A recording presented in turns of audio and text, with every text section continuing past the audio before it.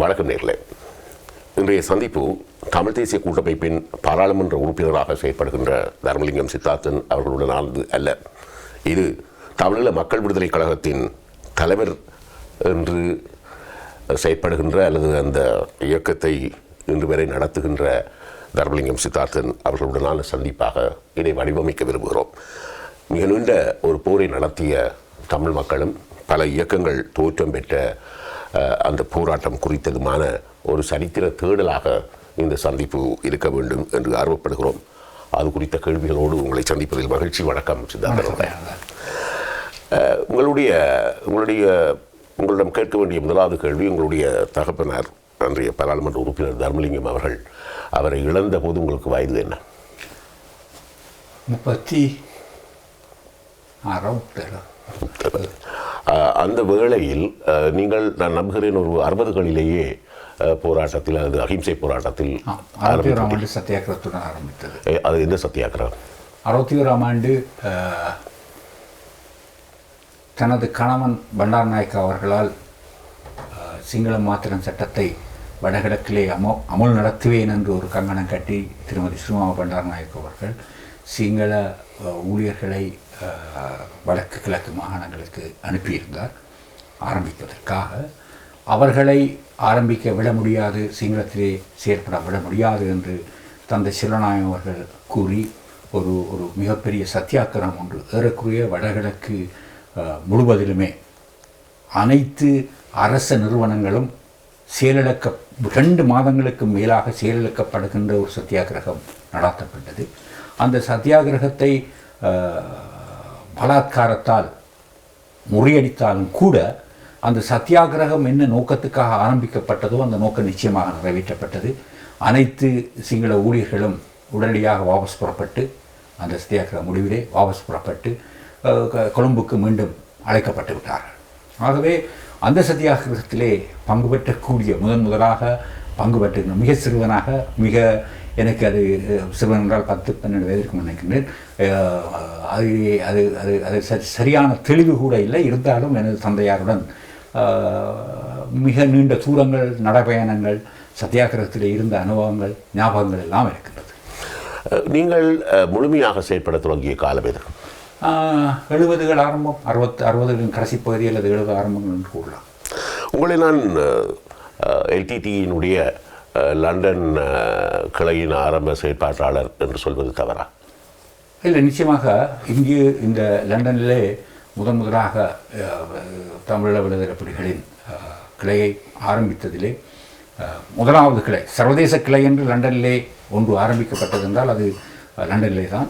அதை முதலாவது கிளையை ஆரம்பித்ததிலே கிருஷ்ணன் என்ற ஒருவரும் குகன் என்ற ஒருவரும் நானும் மூவரும் அதிலே பங்கு பற்றியிருந்தோம். மூவரும் தான் அதிலே முக்கிய பங்காளிகளாக இருந்தோம். அதன் பிறகு பலர் வந்தார்கள். ராமா மாஸ்டர் வந்தார். அதன் பிறகு எங்களுடைய பாலசிங்கம் பாலசிங்கம் அவர்கள் வந்து சேர்ந்தார். இப்படியாக அதன் பிறகு தான் அதனுடைய வளர்ச்சி ஆரம்பித்தது.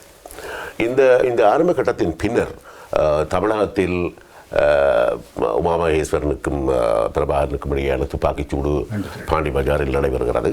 அதை தீர்த்து வைப்பதற்காக அண்ணன் பாலசிங்கம் அவர்கள் அங்கு சென்றார். ஆனால் அது தீர்த்து வைக்கப்படாமல் போவதற்கு என்ன காரணம் என்று நினைக்கிறீர்கள்?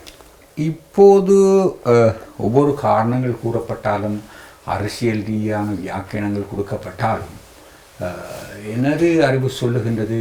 ஏனென்றால் 80ஆம் ஆண்டு இந்த உறவுகள் வருவதற்கு முன்பு நானும் இலங்கைக்கு சென்றிருந்தேன். அதற்கு இங்கிருந்து செயல்பட்டால் அதற்கு முன்பு நான் அங்கு செயல்பட்டிருக்கின்றேன். அங்கு செயல்பாட்டாளர்கள் அனைவரையும் அறிந்தவன் என்ற ரீதியிலே நானும் இலங்கைக்கு சென்றிருந்தேன். சென்று நான் அனைவரையுமே கண்டு கதைக்கின்ற உமாமேஸ்வரன் அவரை காணக்கூடிய சந்தர்ப்பம் கிடைக்கவில்லை. என்றால் அவர் இந்தியாவில் இருந்தால் அதை தவிர்த்து மற்ற அனைவரையுமே இலங்கையிலே கண்டு கதைத்தேன். முக்கியமாக தம்பி பிரபாகரனுடன் நீண்ட நேரங்கள் லண்டனிலிருந்து சென்று, அதற்கு முன்பு தெரிந்திருந்தாலும் லண்டனிலிருந்து சென்று மிக நீண்ட நேரமாக உரையாடி இருக்கிறேன். 2-3 நாட்கள் உரையாடி இருக்கின்றோம். அவரை பொறுத்தமட்டில் அன்று அவர் எனக்கு முக்கியமாக கூறிய காரணம், இதெல்லாம் பத்திரிகையில் வந்த காரணம் என்றபடியால் நான் இதை சொல்வதிலே ஒரு தவறும் இல்லை. அங்கு எங்களுடைய தோழராக இருந்த ஊர்மிளா அவர்களுக்கும் எங்களுடைய தலைவராக இருந்த திரு உமாமேஸ்வரன் அவர்களுக்கும் இடையிலே இருக்கக்கூடிய அந்த உறவு அல்லது நட்பு இதுதான் தடையாக இருக்கின்றது, ஒரு பிரச்சனையாக இருக்கின்றது என்ற ரீதியிலே தம்பி எனக்கு கூறியிருந்தார். ஆகவே நாங்கள் அதை பற்றி நீண்ட நேரம் கதைத்து, இல்லை இது ஒரு கட்டாயமான தேவை இருக்கின்றது, விடுதலை புலிகள் உடைந்து விடக்கூடாது என்பதை பற்றி நீண்ட நேரம் கதைத்தாலும் அது நான் நினைக்கின்றேன் ஏதோ நான் பார்க்கின்றேன் கூறியது போல் அதிலே ஐடியாலஜிக்கல் டிஃப்ரென்ஸிலே நாங்கள் புரிந்ததாக நான் பார்க்கவில்லை, இன்றைக்கும் பார்க்கவில்லை. தம்பியும் உமாமேஸ்வரன் புரிந்த போது முக்கியமாக அதிலே பல விஷயங்கள் நடைபெற்றன. ஒன்று, அந்த பிரிவு ஏற்பட்ட போது தம்பி குட்டிமணி ஆக்களுடன் சென்று செயற்பாட்டாளராக செயற்பட்டார். அப்போது விடுதலை புலிகளை ராகவன் மெட்ராஸிலே மாத்திரம் அவர் விடுதலை புலிகளை நடத்தி கொண்டிருந்தார். அந்த விடுதலை புலிகளை பிப்பேந்து ஒரு ஒப்பந்தம் உமாமேஸ்வரன் அவர்களுக்கும் தம்பிக்கும் உருவானது. அதாவது அந்த விடுதலை புலிகள் பேரை எவருமே உபயோகிக்கக்கூடாது என்று புது பேரில் இயங்குவோம் என்று. ஆனாலும் நாங்கள் ஆகவே உமாமேஸ்வரன் அவர்கள் தமிழீழ மக்கள் விடுதலை கழகத்தை ஆரம்பித்து நடத்துகின்ற போது தம்பி மீண்டும் விடுதலை புலிகள் என்ற பெயரை தானே எடுத்துக்கொண்டு குட்டிமணி தங்கத்துறை அவர்களை விட்டுவிட்டு வந்து தானே விடுதலை புலிகளுக்கு ஆரம்பித்தது. பாண்டி பஜார் ஷூட் அவுட், 83 கலவரம், இப்படியான பல நிகழ்வுகள் நடந்து 83 கலவரத்துக்கு பிறகு 83 கலவரம் வரையும் இது பலருக்கு தெரியாமல் இருக்கலாம், இயக்கங்கள் பல இருந்தாலும் எல்லாமே மிக மிக சிறிய சிறிய சிறிய குழுக்களாக, உருவாக கூடனூர் 15 பேர் 20 பேர் கொண்ட குழுக்களாக அல்லது 10 பேர் கொண்ட குழுக்களாகவே இயங்கி வந்திருக்கின்றோம். 83 கலவரத்துக்கு பிறகுதான் திடீரென்று இந்த இயக்கங்கள் எல்லாம் மிக பெரிதாக, அதை நான் அப்போது வளர்ச்சி என்று நினைத்தேன். இன்று அதை சிந்தித்து பார்க்கின்ற போது அது நிச்சயமாக வளர்ச்சி அல்லது அது வீங்கி மூற்று என்று சொல்லுவார்களே, அதுதான் அந்த இயக்கங்களுடைய அல்லது எங்களுடைய போராட்டத்தின் அழிவுக்கு ஒரு காரணமாக ஆரம்பமாக இருந்ததாகத்தான் நான் கருதுகிறேன். 80களில் மிக அதிகமான அங்கத்தவர்களை கொண்டு மிக பெரும் பலத்தோடு இருந்த ஒன்றாக பிளாட் இருந்தது. அது பின்னர் தமிழீழ விடுதலை புலிகள் அதை தடை செய்வதற்கு இடைப்பட்ட காலத்திலேயே தேய்வடைய தொடங்கியது. ஏன்? முக்கியமாக நாங்கள் இந்த ஆயுதத்தை பெற்றுக்கொள்வதிலே தவறியது. எங்களுடைய தலைவர் என்று கூறவில்லை, தலைமை என்று கூறுகின்றேன். அந்த ஆயுதத்தை பெறுவதிலே பல முயற்சிகள் எடுத்தாலும் ஒவ்வொரு முறையும் ஏதோ ஒரு தடை. மெட்ராஸிலே 2 கண்டெய்னர் லோட்ஸ் ஆஃப் வெப்பன்ஸ் பிடிபட்டது, அதை எடுக்க முடியாமல் போனது, எடுப்பதற்கு பல தடைகள் இந்தியாவிலே கொண்டு வரப்பட்டது. இந்தியா நாங்கள் இராணுவ ரீதியாக வளர்ந்துவிடக்கூடாது என்பதிலே மிக கவனமாக இருந்தது. ஏனென்றால் அந்த நேரத்திலே இந்தியா ஒரு எண்ணப்பாட்டை கொண்டிருந்தது, நாங்கள் தமிழீழ மக்கள் விடுதலைக்காக அல்லது உமாமகேஸ்வரன் அவர்கள் நிச்சயமாக தான் விரும்பியபடி செல்வாரை ஒழிய அவர்கள் கூறுவதை கேட்டு நடக்க மாட்டார் என்ற ஒரு எண்ணப்பாடு அவர்கள் மனத்திலே மிக தெளிவாக இருந்திருக்கின்றது. அவர்கள் என்னோட கதைக்கின்ற போது பல தடவைகள் அதை பற்றி கதைத்திருக்கின்றோம்.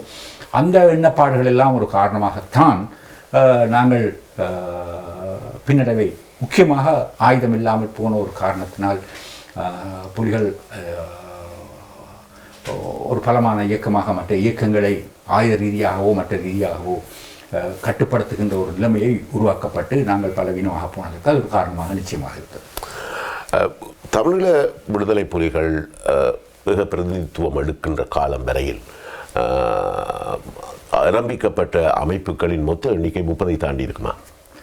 இல்லை, 30 என்று சொல்லப்பட்டாலும் அது சிறு சிறு இயக்கங்களாக இருந்து பெண் எல்லாம் சேர்ந்து உங்களுக்கே தெரியும், திம்புவில் பங்கு பற்றிய அந்த 5 இயக்கங்கள் தான், 5 இயக்கங்கள் ப்ளஸ் டியூஎல்எஃப் தான் ஒரு ஆக்டிவாக செயற்பாட்டாளராக இருந்தது. மற்றவெல்லாம் ஒரு சிறு சிறு காலங்கள், மிகச் சிறிய காலங்கள். இது இந்த 30ஆக இருக்கிறது என்பது இந்த தமிழ் ஈழ கோரிக்கைக்கு எதிரானவர்கள் அல்லது அரசு பரப்பிவிட்ட ஒரு விஷயங்கள். ஆனால் அதுக்காக நான் இருக்கவில்லை என்று கூறவில்லை.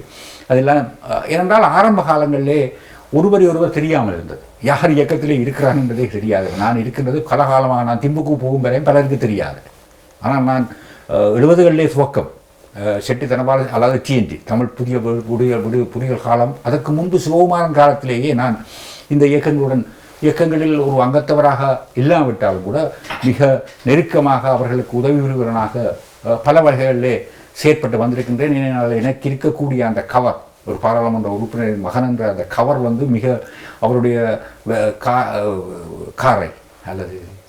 காரை பாவிக்கக்கூடிய, இவர்களை மாற்றுவதற்கு, ஆட்களை வேறு இடங்களுக்கு கொண்டு சென்று விடுவதற்கு பாவிக்கக்கூடிய அந்த விதியிலே அது உபயோகப்பட்ட பரியால் என்னுடைய அந்த தகப்பனாருடைய அந்த பதவி என்பது மிக பெரிய அளவிலே எனக்கு உதவி, அதையெல்லாம் பாவித்து. ஆகவே இது ஒரு நீண்ட காலமாக நாங்கள் செயற்பட்டு வந்திருக்கின்றோம். நீங்கள் கூறியது போல மிக சிறிதாக இருந்தாலும், எல்லாருமே சிறிதாக இருந்தாலும் ஒரு எஃபெக்டிவ் குரூப்பாக பலர் செயற்பட்டிருக்கின்றார்கள். நீங்கள் உங்களை பொறுத்தவரையில் உங்களுடைய தந்தையாரை அவர் அகால மரணம் அடைகிறார், ஆயுதம் பயன்படுத்திய உயிர் பறிக்கப்படுகிறது. சாத்வீகத்தில் ஆரம்பித்த நீங்கள் ஆயுதம் தாங்கிய போரை ஏற்றுக்கொள்வதற்கு என்ன காரணம்?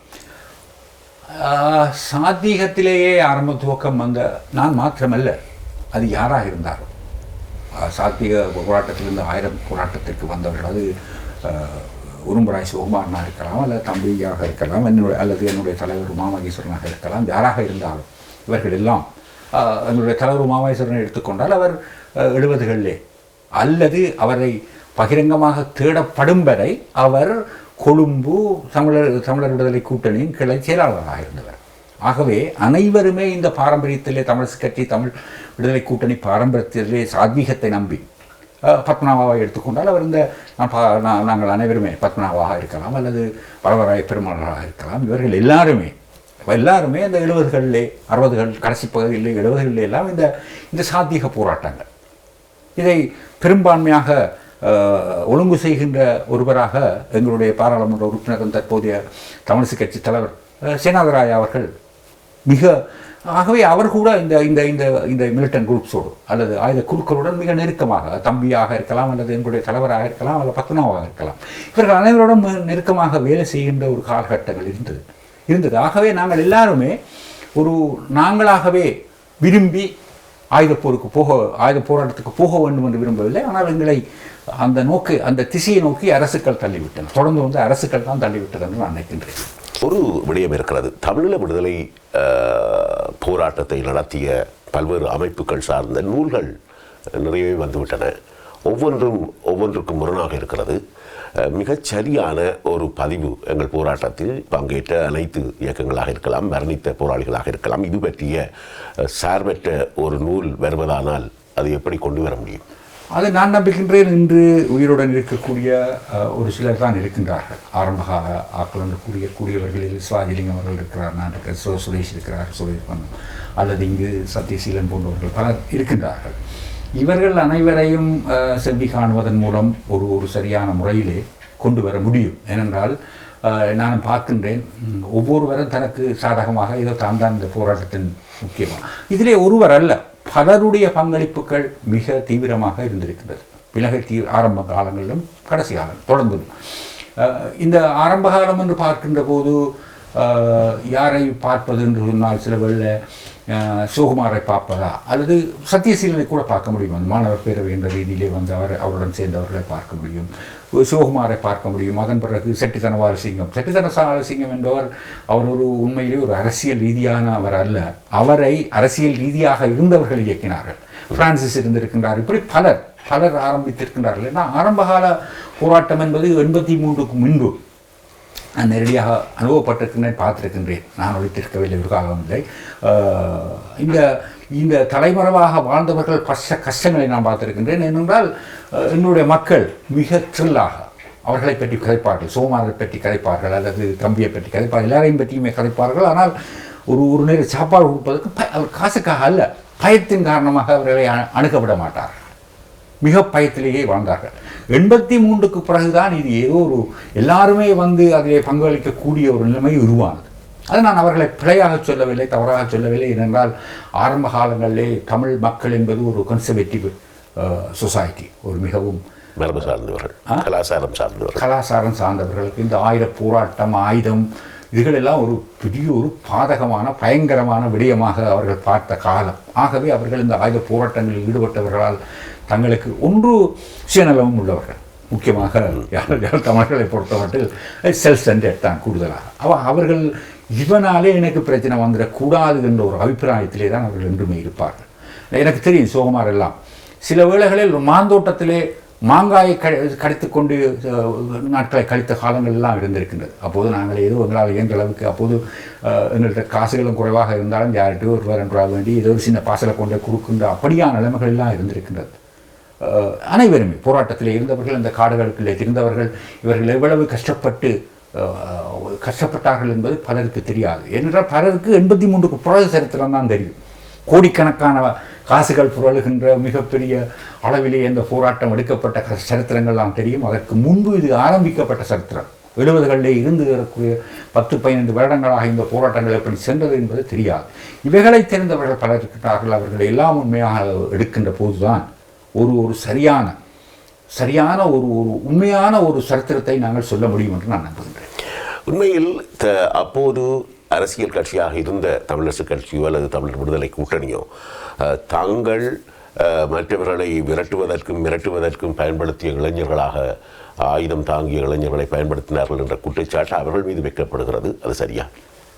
ஓரளவு உண்மை இருக்கின்றது. அதை நான் துப்புரவுக்கு மறக்க முடியாவிட்டாலும் இந்த இளைஞர்கள் சிறைச்சாலைகளில் இருந்தபோது, கைது செய்யப்பட்டு இருந்தபோது, அந்த குடும்பங்கள் மிக மிக வறிய குடும்பங்கள், அவர்களை நம்பியிருந்த குடும்பங்களுக்கெல்லாம் எங்களுடைய பாராளுமன்றங்கள், ஏன்னா தந்தை உட்பட பலர், அண்ணன் அமதலிங்கம் உட்பட பலர் தங்களுடைய மாதாந்த சம்பளத்தில் அல்லது ஏதோ தங்களால் இயன்ற அளவுக்கு அந்த குடும்பங்களுக்கு சென்று ஒவ்வொரு குடும்பமாக மாதம் மாதம் அவர்களுக்கு ஏதோ சிறு தொகை உண்டான கொடுத்து அந்த குடும்பங்களை வாழ வைத்து அவர்கள் அது நேரடியான பங்களிப்பு தானே. அதை தனியாக ஆயுதம் தூக்குவது அல்லவே ஆயுத போராட்டம். பலர் அப்படித்தான் நினைக்கின்றால் ஆயுதம் தூக்கினா தான் ஆயுதம் போராட்டம் அல்லவே. அந்த ஆயுத போராட்டத்துக்கான அந்த லொஜிஸ்டிக்ஸ் ஏறக்குறைய அவர்கள் அதை செய்திருக்கின்றார்கள். வழக்குகள் பேசியிருக்கின்றார்கள். குட்டிமணி அவர்களை பாராளுமன்றத்துக்கு நியமித்திருக்கின்றார்கள்.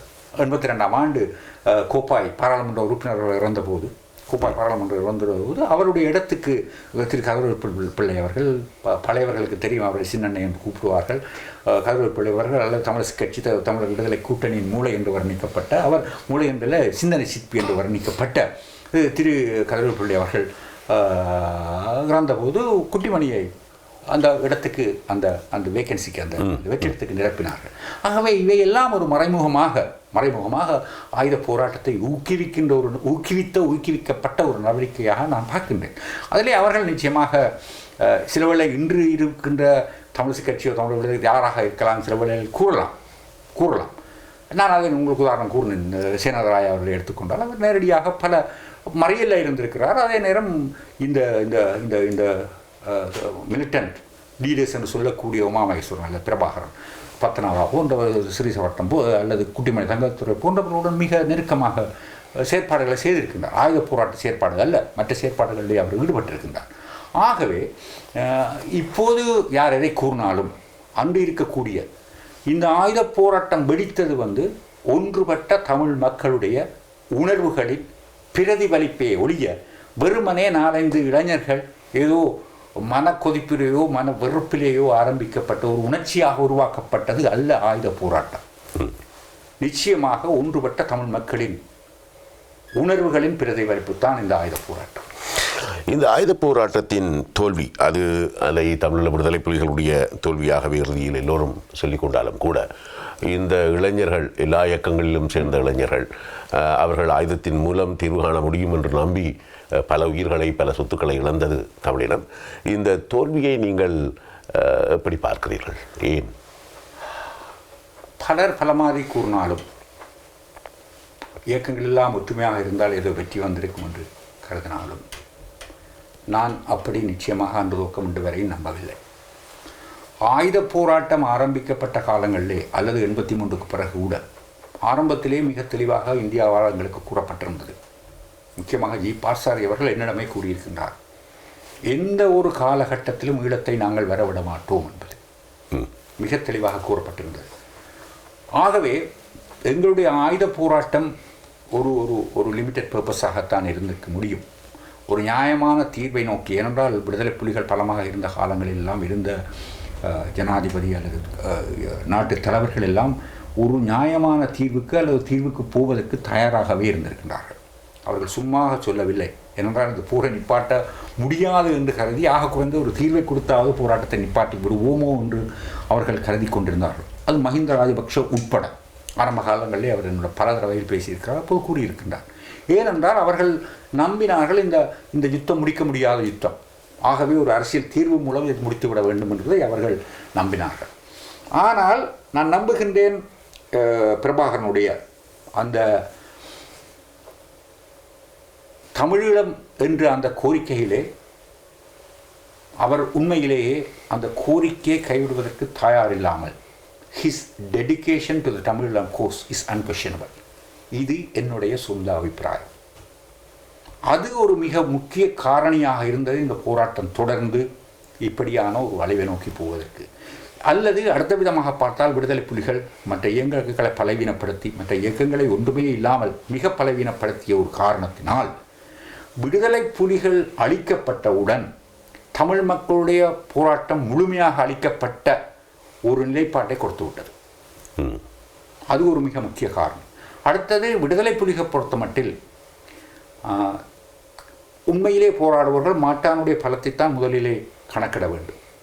ஆனால் இவர்கள் தங்களை தாங்களே மிகப்பெரிய ஒரு பலம் பொருந்திய சக்தியாக அவர்கள் அதை ஒரு மிக ஒரு ஒரு ஒரு ரொமான்டைஸ் பண்ணி தான் அதை பார்த்தார்கள். என்றால் காத்து புக முடியாத இடத்திலுமே விடுதலை புலிகள் போவார்கள் என்று பத்திரிகைகளில் கூறி ஒன்று ரெண்டு சில தற்கொலை நடவடிக்கைகள் அல்லது ஒரு ஒன்று ரெண்டு இராணுவ நடவடிக்கைகளை எடுத்துவிட்டால் ஏதோ எல்லாம் மிகப்பெரிய விஷயங்களை சாதித்து விட்டது மாதிரி அவர்கள் உலகுக்கு காட்டுவது மாத்திரமல்ல, முக்கியமாக இந்த பத்திரிகை உலகமும் அவர்கள் ஏதோ ஒரு ஒரு ஒரு வெல்ல முடியாத ஒரு சக்தி என்ற ரீதியிலே ஒரு அபிப்பிராயத்தை மக்கள் மத்தியிலேயும் ஏன் விடுதலை புலிகள் மத்தியிலேயும் அந்த ஒரு ஒரு அபிப்பிராயத்தை கொடுத்தது. இப்படியாக அடுத்து ராஜீவ்காந்தியுடைய விஷயம், இப்படி பல விஷயங்கள் ஒட்டுமொத்தமாக நான் இந்த விடுதலை புலிகளோட முழுமையான அழிவுக்கு ஒரு காரணமாக அமைந்தது என்று நான் கருதுகின்றேன். பல விஷயங்கள் இப்போ நான் கூறிய 4-5 விஷயங்கள் நிச்சயமாக ஒரு காரணியாக அமைந்தது. ஆனால் தம்பியை பொறுத்தமட்டில் அவருக்கு தெரியாமல் இருந்திருக்க முடியாது என்றால் அவருக்கு நிச்சயமாக சொல்லப்பட்டிருக்கும். இழப்பத்தை தாங்கள் எந்த சந்தர்ப்பத்திலும் எடுக்க முடியாது என்று. ஆனால் அவர்கள் மத்தியில் ஒரு எண்ணப்பாடு இருந்தது. சிறுக இந்த போராட்டத்தை இப்படியே எடுத்துக்கொண்டு செல்லுகின்ற போது இலங்கை அரசாங்கமும் கலைத்துவிடும். அடுத்ததாக இந்தியாவிலே சில வேளைகளில் ஒரு மனமாட்டம் வரலாம். இங்கு சில வேளைகள் வந்திருக்கலாம். இன்று மஹிந்த ராஜபக்ஷ சென்ற பாதையிலே அவர் தொடர்ந்து சென்று சைனாவை பெரிய அளவிலே அரவணைத்துக் கொண்டால் நிச்சயமாக இந்தியா வேறு வழி இல்லாமல் இப்படி செய்ய வேண்டிய ஒரு நிலைமை உருவாகி இருக்கும். அதற்கான வாய்ப்புகள் இருந்திருக்கும்.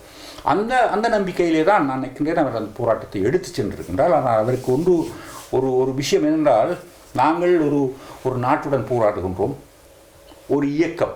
நீங்கள் பாலஸ்தீன விடுதலை இயக்கங்களை பார்த்தீர்கள் என்றால் அவர்களுக்கு மிகப்பெரிய அளவிலே அதை சுற்றி இருந்த அரபு நாடுகள் முழுக்க எவ்வளவோ ஆதரவு கொடுத்தும் அவர்களால் அதை சாதிக்க முடியாமல் போய்விட்டது. எங்களுக்கு எந்த ஒரு நாடு நேரடியாக உதவியோ ஆதரவோ தரவில்லை. இது ஒரு மிகப்பெரிய பின்னடைவு நிலைமை ஒன்று. இரண்டாவது, நீங்கள் பார்த்தீர்கள்னா அந்த இறுதி யுத்தத்திலே பார்த்தால், இறுதி யுத்தம் அல்ல, யாழ்ப்பாணத்தை அடித்த போது அந்த ஆனரவு முகாமை புலிகள் அடித்து துரத்தி கொண்டு யாழ்ப்பாணம் நோக்கி வருகின்ற போது சந்திரிகா அம்மையார் அவர்கள் மிகவும் மிகவும் பதட்டமான நிலைமையிலே இந்தியாவை உதவி கோட்ட போது அவர்கள் மறுத்துவிட்டார்கள். ஆனால் இரவோடு இரவாக பாகிஸ்தான் இந்த மல்டிபரல் கன்ஸ் என்று சொல்லப்படுகின்ற கன்ஸை பிளேன் மூலம் கொண்டு வந்து யாழ்ப்பாணத்திலேயே சப்ளை பண்ணார்கள். யாழ்ப்பாணத்திலேயே சப்ளை பண்ணி அந்த மல்டிபரல் கன்ஸை அடித்து அந்த விடுதலை புலிகளை பின்னடை செய்தார்கள். இப்படியான ஒரு நிலைமை எங்களுக்கு வர முடியாது, ஒரு குருலா குரூப்புக்கு வர முடியாது. என்றால் எங்களுக்கு எந்த நாடுமே உதவி இல்லை. என்னென்னால் நான் இந்த விடுதலை புலிகள் பல போராளிகளாக இருந்தவர்கள் என்னுடன் பலர் மிக நெருக்கமாக இன்று பழகி வருகிறார்கள். பலருடன் நான் கதைக்கின்ற போது அவரை கேட்கின்ற போது அவர்கள் 2 விஷயத்தை சொல்கின்றார்கள். கடைசி நேரத்திலே தங்களுக்கு ஆயுத தட்டுப்பாடும் அந்த அம்யூனிஷன்ஸ் தட்டுப்பாடும் பெரிதாக இருந்தது, ஒரு காரணமாக இருந்தது தங்களுடைய பின்னடைவுக்கு என்று அதை மிக தெளிவாக கூறுகிறார்கள். அப்படி பின்னடைவு வந்தபோது அவர்கள் நம்பினார்கள் யாரோ ஒருவர் நிச்சயமாக ஒரு சீஸ்ஃபயரை தரப்போகிறார் என்று நம்பினார்கள். ஆனால் உலகத்திலே எல்லாருமே இந்த போருக்கு இந்த போராட்டத்துக்கு ஒரு முடிவு கொண்டு வர வேண்டும் என்று எல்லாரும் நான் கூறுவது the countries which matters like America அல்லது இந்தியா, இப்படியான நாடுகள் அவர்கள் முடிவை எடுத்து விட்டார்கள், இதற்கு ஒரு முடிவு கொண்டு வர வேண்டும் என்று.